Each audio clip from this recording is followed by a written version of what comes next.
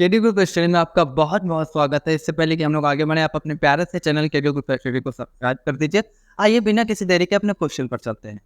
तो देखिए, आज हमारे कुछ एक्स्ट्रा क्वेश्चंस हैं उसी सेट के।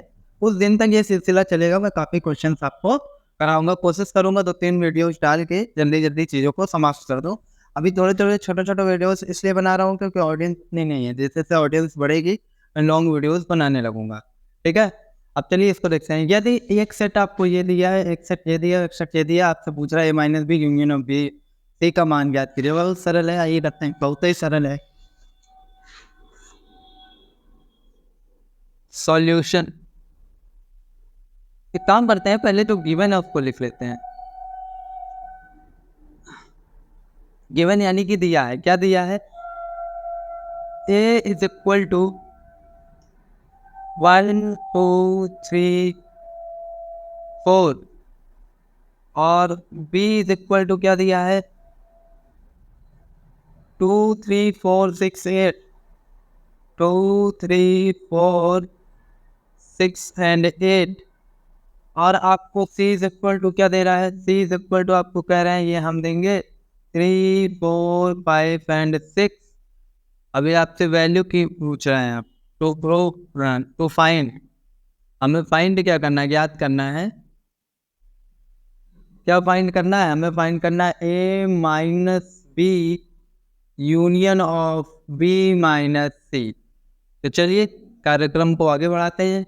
सबसे पहले हम क्या करते हैं? A-B निकाल लेते हैं। तो A-B मने क्या, आप बताइए? A-B मने A के सारे अवयव और B के सारे अवयव हम ले लें। तो 1 2 3 4, अब 2 तो ले चुके हैं, 3 भी ले चुके हैं, 4 भी ले चुके हैं, 6 और 8 नहीं है। मतलब आपको एक ऐसा सेट बनाना होता है जिसमें A और B दोनों कंटेन कर जाएं। तो नहीं, थोड़ा सा गड़बड़ हो गया। A- हम यूनियन में चले गए। A-B का मतलब होता है कि A के एलिमेंट लेने और B के एलिमेंट को छोड़ देना। माइनस मतलब हटा दीजिए आप। तो B के एलिमेंट क्या है? 2 3 4 6 8 आप हटाना है। अब तो ये 2 3 4 इसमें भी है तो ये भी हट जाएगा। तो केवल और केवल यहाँ पर 1 आएगा। अब बात करते हैं B-C की। तो B-C मतलब इस बार C वाले एलिमेंट हटा दीजिए आप। 3 4 5 6, 3 4 6 हट जाएगा, बचे क्या? 2 और 8। अब मुझे बात करनी है किस पर? A-B union of B-C। तो अब यूनियन लेना है तो अब वो काम कर सकते हैं। A-B क्या आ रहा? 1 है और ये 2 है और ये 3 है। बस इसकी कहानी खत्म। 1 2 3 आ गया और ये आपका हो गया। चलिए नेक्स्ट देखते हैं। बहुत सरल है, अगर पीछे आप इसको पढ़े होंगे तो मुझे भी बताने की जरूरत नहीं, आपका पेन खुद ही चल रहा होगा। निम्न में से कौन सा समुच्चय बराबर है? आपको बताना है कौन सा समुच्चय बराबर। तो पहले जो गिवन है उससे लिख लेते हैं। S1 इज इक्वल टू 1 2 2 3 और S2 is equal to x such that x square minus 2x plus 1 is equal to 0। S3 is equal to what? 3, 2, 1। ठीक है, आइए थोड़ा सा इसको हम लोग खोल देते हैं। सबको एक काम करते हैं, हम लोग उसमें लेकर आते हैं। किसमें? सूची विधि में। अभी फिलहाल हमारे पास एक समुच्चय निर्माण विधि में और यहाँ पर भी थोड़ा सा प्रॉब्लम है। तो 2 प्रॉब्लम्स को फिक्स करने के बाद हमें ये चीज़ें दिखने लगेगी कौन सा समुच्चय बराबर है, कौन सा समुच्चय बराबर नहीं है। तो सॉल्यूशन देखते हैं। अब हमको S1 देखिए, S1 को आप क्या लिख सकते हैं? 1। आपको एक बार पता होगा सेट में एलिमेंट रिपीट अगर आप करते हैं तो एक बार ही माना जाता है, रिपीट का कोई महत्व नहीं होता है। तो इसको केवल 1 बार 2 लिखकर 3 लिख देता हूँ। अब इसी प्रकार आप S2 निकालेंगे तो S2 क्या होगा? S2 अगर आप देखें, चलिए S2 के लिए मैं थोड़ा सा यहाँ पर साइड में एक कार्यक्रम फिक्स कर देता हूँ। S2 के लिए आपको जाना पड़ेगा हाई स्कूल में। हाई स्कूल में आपने एक पढ़ा होगा क्वाड्रेटिक इक्वेशन। क्वाड्रेटिक इक्वेशन में आप x की 2 वैल्यूज निकालते थे, क्योंकि क्वाड्रेटिक इक्वेशन यानी द्विघात समीकरण में x की कितनी वैल्यू होगी? 2 वैल्यू होगी। आप कैसे करते थे? थोड़ा सा याद दिलाइए। आप इसके कोफिशिएंट यानी इसके गुणांक का गुणा इसमें कराते थे, एक करना में एक, यानी गुणा करना पर 1 और जोड़ने पर 2। गुणा करने पर 1, जोड़ने पर 2, तो 1 करना 1 1 1 2 बन गया। अब अगर मैं इसको ऐसे लिख लूँ, x square minus x minus चलिए थोड़ा सा डिटेल मार देते हैं आपके लिए। माइनस यहाँ पर 1 + 1 x + 1 बराबर 0। अब यहाँ पर देखिए एक्स स्क्वायर माइनस इस एक्स के अंदर मल्टीप्लाई करेंगे -x + 1 = 0। अब x माइनस x अगर आप कॉमन ले लेंगे यहाँ से, तो जब x आप कॉमन लेंगे तो x - 1, यहाँ से -1 कॉमन लेंगे x - 1 तो = 0। तो यहाँ पर हो जाएगा x - 1 और x - 1।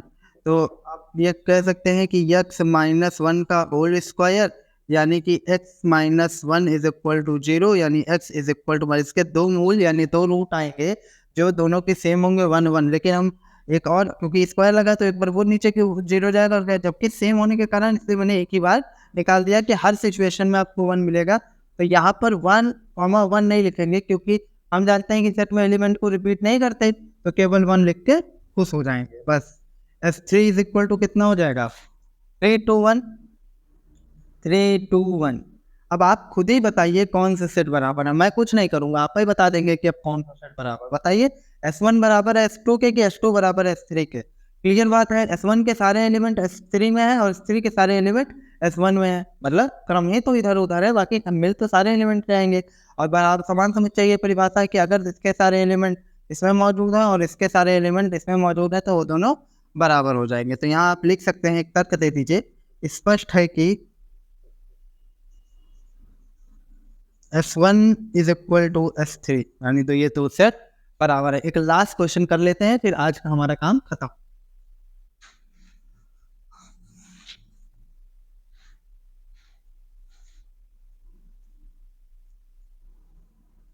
क्या है? सबसे पहले जो गिवन है उसे फिर से लिख लेते हैं। आज का 3rd नंबर क्वेश्चन गिवन। क्या गिवन है? नंबरिंग मैं शुरू से कराता आ रहा हूँ, आप अपने हिसाब से नंबरिंग कर लीजिएगा, ठीक है? U = 1 2 3 4 5 6 7 8 and 9, ठीक है? अब इसी तरीके से A = लेकर चलिए। A = आपको दिया है 1 2 4 6 and 8। 1 2 3 4 6 and 8। एक मिनट, थोड़ा सा इन्वर्टर डाउन होता है, ऐसे थोड़ा सा बात कर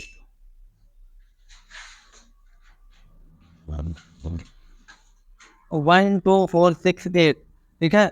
और B = आपको क्या दिया है?